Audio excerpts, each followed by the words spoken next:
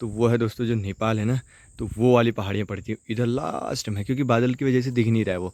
अगर बादल वो ऐसे हमारे सामने है तो त्रिशूल पर्वत यहाँ पे पड़ता है, ये बीच में। अगर आप गौर से देखेंगे तो यहाँ पे हिमालय बर्फ़ के दिख रहे हैं हल्के हल्के से। वो देखो आसमान को छू रहा है, उधर टॉप है उसका।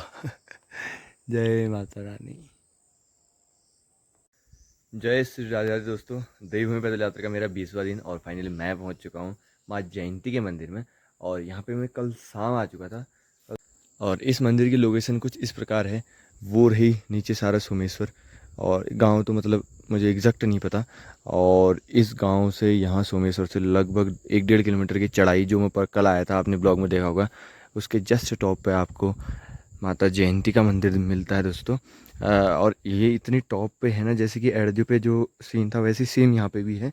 एड़दू पे तो जंगल का एरिया है, ये थोड़ा जंगल का एरिया कम है यहाँ पे, लेकिन सबसे ऊंची चोटी यहीं है। यहाँ से अगल बगल का सारा वही है, जैसे एड़दू से दिख रहा था ना आधा संसार, यहाँ से भी आधा संसार ही दिखता है। वो तो अभी बादल लगे हैं इसलिए, नहीं तो इतना ज़्यादा एरिया दिखता है। और अभी मैं यहाँ पे महाराज जी के साथ ही हूँ। आज मैं यहीं पे हूँ, लगभग दोपहर का समय हो गया है। ये रहा माँ जयंती का मंदिर, वो हनुमान जी का मंदिर और वो भैरव जी का मंदिर।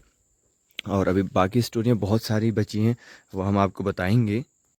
और मौसम कुछ ऐसा हो रहा है कि सुबह से तो लगभग बारिश ही बारिश हो रही है। 5 मिनट रुक रही है फिर शुरू हो रही है, 5 मिनट रुक रही है फिर शुरू हो रही है। अभी भी हल्की फुल्की चालू है, रुकने का मतलब ही नहीं बन रहा है। ब्लॉग बनाने के लिए टाइम नहीं मिल रहा और तो और उधर दिख रहा है मुझे अपना एरिया। अभी थोड़ा सा बादल लगे हैं बट वही एरिया है अल्मोड़ा। ये है सोमेश्वर, ये सारी सोमेश्वर घाटी है। उसी के रास्ते परसों आए भी था मैं। और अब मैं आपको बताता हूँ दोस्तों कुछ यहाँ की कहानी। ये रहा माता का मंदिर, जैसा अभी देख पा रहे हैं आप, ऐसा यहाँ पे बिल्कुल भी नहीं था। यहाँ पे महाराज जी लगभग 8-9 साल पहले आए हुए हैं। वहाँ पे देखिए महाराज जी की कुटिया है। और जब महाराज जी यहाँ पे आए हुए थे, यहाँ पे ये कुछ भी नहीं था। और वो रही महाराज जी की पहले जो कुटिया बनाई हुई थी, उसी को कम से कम 8-9 साल हो गए। वो महाराज जी कह रहे थे कि जब मैंने पहले बनाई है तब से वैसी की वैसी है, सिर्फ इसकी पन्नी चेंज होती है, बाकी वही है। तो ये थी महाराज जी की कुटिया उस समय जब उन्होंने पहले बनाई थी। उसके बाद माता रानी की कृपा से दोस्तों उन्होंने यहाँ पे इतना सारा कर लिया है। और सबसे बहुत ज़बरदस्त वाली बात तो ये है प्यारे साथियों कि इस मंदिर में पानी नहीं है, पानी और लाइट की यहाँ पे कोई भी व्यवस्था नहीं है। तो यहाँ पे भागवत होते हैं, कथाएं होती है, तो जब पानी आता है ना, वो पानी आता है वहाँ से। वो ये जो बीच के में देवदार का जंगल है, यहाँ से पानी आता है, यहाँ से। तो यहाँ से वो कम से कम वही 1-1.5-2 किलोमीटर नीचे है, वहाँ से पानी लाना होता है। और अब फिलहाल तो क्या हो रहा है कि यहाँ पे बरसात हो रही है, तो बरसात का पानी इकट्ठा किया हुआ महाराज जी ने बहुत सारी स्कीम लगा के।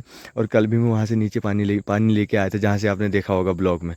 तो और मंदिर से इस इलाके में देखेंगे आप, यहाँ को नीचे को वही खाई, और उस कोने से नीचे को फिर से खाई। तो जो टॉप की पहाड़ी है ना, उसमें इतना सा क्षेत्र है देखो, वहाँ से इतना तक। और यहाँ ही पे मंदिर है स्थित, यहाँ से भी नीचे को खाई है और वहाँ से भी नीचे को खाई है। तो ये, और ये इस घर से जो बना हुआ है कुटिया, इसके पीछे से भी खाई है। और जो ये बनी हुई है इसके पीछे भी खाई है। तो एकदम टॉप में है रास्ता, यहाँ से नीचे को जाता है। एक रास्ता यहाँ पे, मतलब जो अगल बगल गाँव है ऐसी रास्ता जाता है।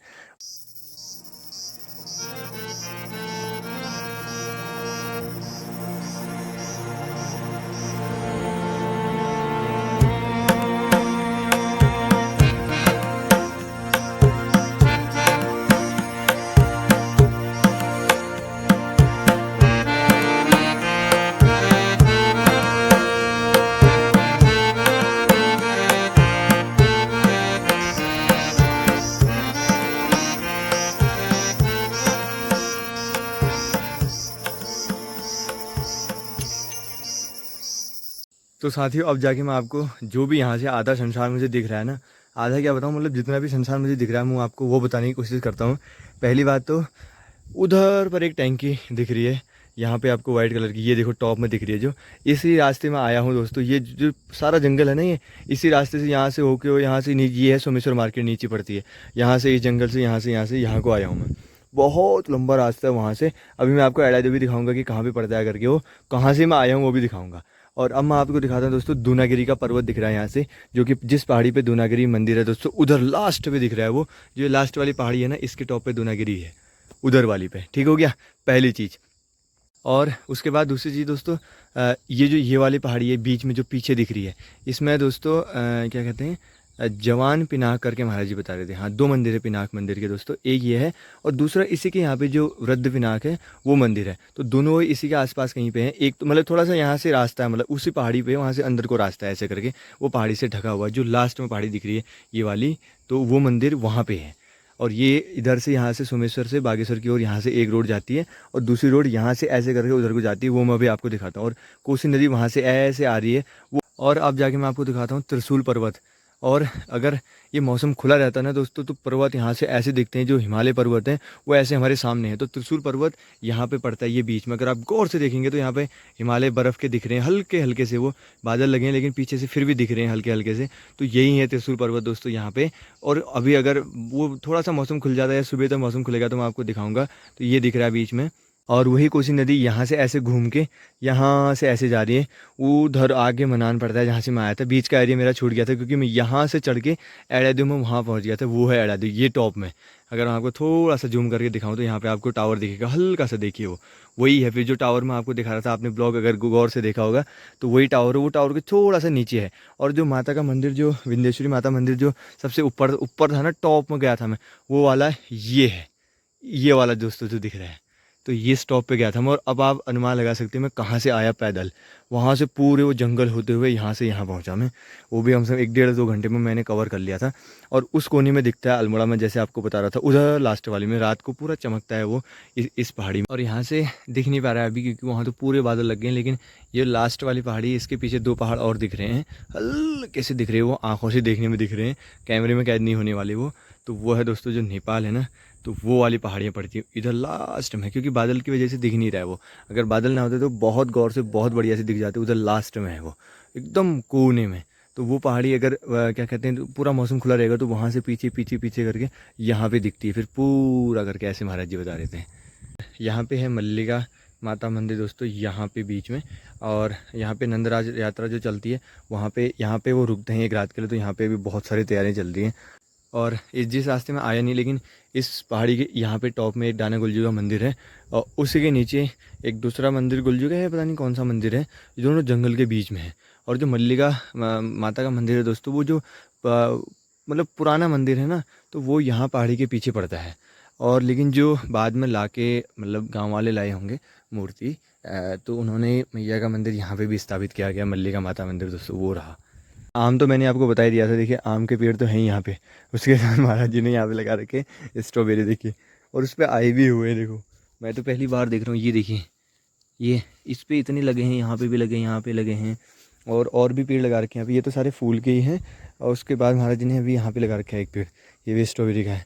रुद्राक्ष का पेड़ भी उधर भी हो रहा है, एक रुद्राक्ष पेड़ वहाँ पे और एक रुद्राक्ष का पेड़ यहाँ पे है, 2 पेड़ हैं। और सबसे इंटरेस्टिंग चीज़ दोस्तों, यहाँ पे पानी तो है नहीं, और महाराज जी ने बना रखा है यहाँ पे जो बरसात का पानी आता है छत से, अब वो सीधे आएगा तो उसमें रहती है मिट्टी, जैसे ये है नॉर्मल वाला, इसमें मिट्टी विट्टी रहती है।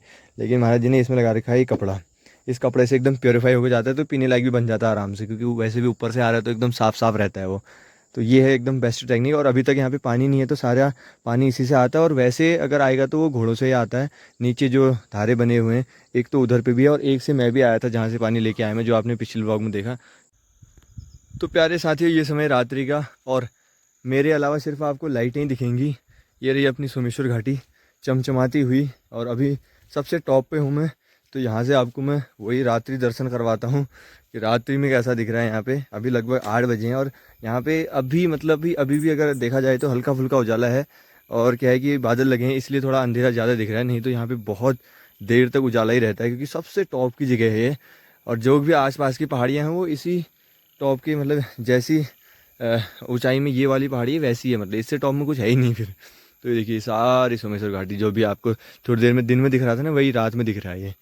और ये मैया का मंदिर रात्रि का समय, अभी जस्ट आरती हुई, उसके बाद मैं आपको आधा एरिया इधर को दिखाता हूँ। यहाँ अल्मोड़ा भी दिखता है यहाँ से आगे अपना। आज तो थोड़ा मुझे लग रहा है बादल लगे हैं इसलिए कम दिख रहा हो। उधर कोने में हाँ चमक तो रहा है वो उधर लास्ट में। आप कैमरे में कहाँ कैद होता है, वो बहुत ही दूर है यहाँ से, यहाँ लास्ट में दिख रहा है वो हल्का हल्का। और यहाँ से भी आपको चमचमाता हुआ शहर दिखेगा, ये देखिए। और ये मैया का दरबार। और प्यारे साथियों, यहाँ पे कुटिया में होगी बाबा जी की, और मैया के मंदिर में हमेशा कम से कम 8-10 सालों से एक अखंड ज्योत जलते आ रही है। और उसकी खास बात, क्योंकि ये सबसे टॉप पे है, बाबा जी बता रहे थे यहाँ पे बहुत भयंकर वाले जैसे तूफान उफान टाइप का आता है बहुत, जैसे गांव में तो रह होता ही है, लेकिन यहाँ पे क्या टॉप की जगह है तो यहाँ पे बहुत ज़्यादा होता है।